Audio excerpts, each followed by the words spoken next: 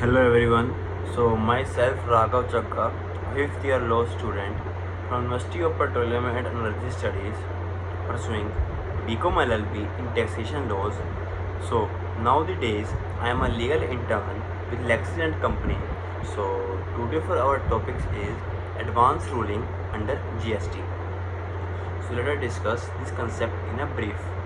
Let's start. So section 95 of the CGST Act talks about the advanced ruling.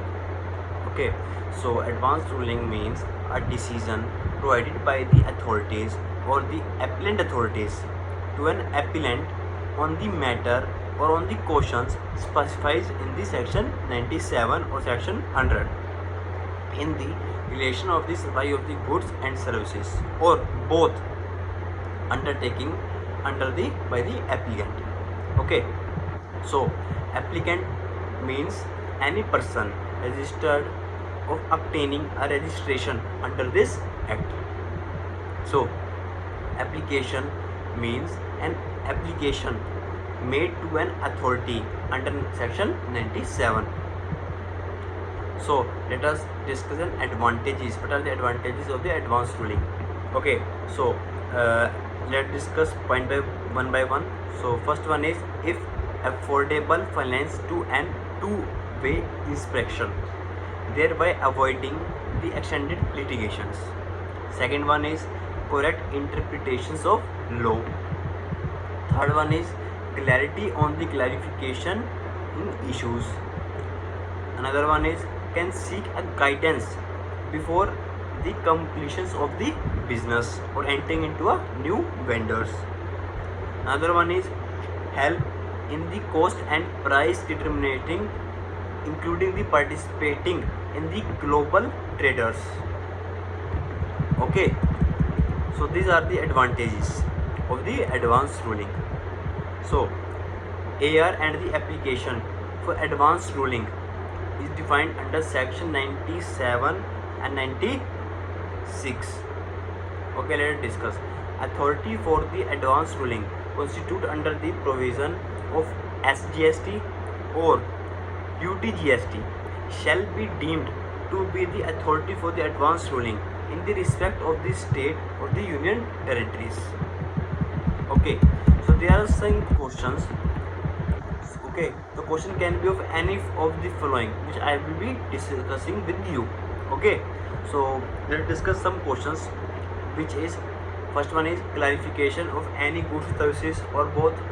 Another one is applicability of the notification issued under the provisions of this act. Another one is determination of the time and value of the supply of goods or services for both. Another one is whether applicant is required to be registered, and so many questions are there. So there is one note we have to discuss, we have to keep in mind, which is questions on determination of the place and value cannot be raised. Okay, so what are the procedure on the receipt of the application? So this is laid down in section 98 of CGST.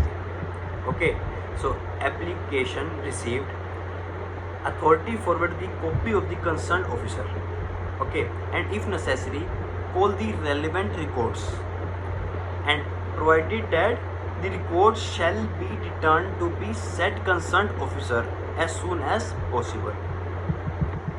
Okay, after that the authority can examine the application and record, and after the process goes forwarded and all.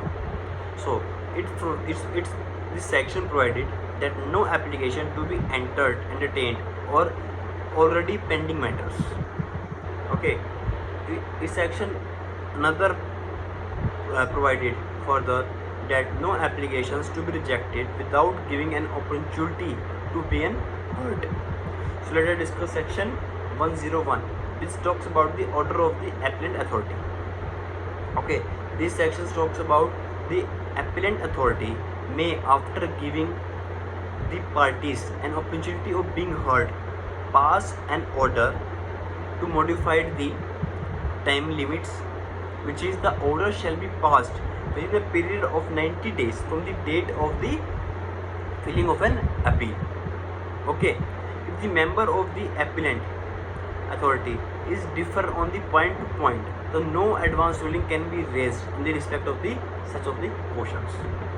Okay, so I hope you have understood each and every concept of the advance ruling. If you have any doubt regarding this concept, please feel free to comment in a comment box. Your answer should be given as soon as possible. Okay.